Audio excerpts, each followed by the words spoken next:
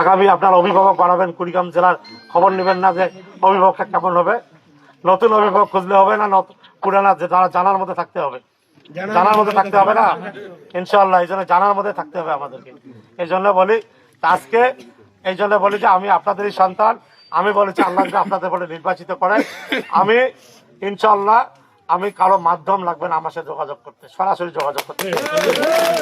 আর ব্যাপার হলো আমি এলাকার উন্নয়ন করব। এই রাস্তার কথা বলেছি আমাকে, ইনশাআল্লাহ আল্লাহ যদি আমাকে নির্বাচিত করে, এটা আইডি নাম্বার আছে কিনা আমি জানি না, এটা আইডি নাম্বার থাকে ইনশাআল্লাহ এই রাস্তা খুব দ্রুত গতিতে ইনশাআল্লাহ হবে। বোঝা গেছে কথাটা আমার? ইনশাআল্লাহ আইডি নাম্বার না থাকলে আইডি নাম্বার করে আমাকে দেবে। তবে আমাকে আপনাদের আল্লাহ যদি আমাকে ইজ্জত দেয়, আমার সামনে এসে বলতে হবে যে ভাই এটা এইটা আপনাদের করতে হবে, আমাকে স্মরণ করতে হবে। এবং আমি মসজিদ, মাদ্রাসা, গোরস্থান, মন্দির, শ্মশান যেগুলো আছে এটা সরকারের অর্থ বরাদ্দ হয় না। এটা আমাদের কোনো দুর্নীতি যেন না হয়, সঠিকভাবে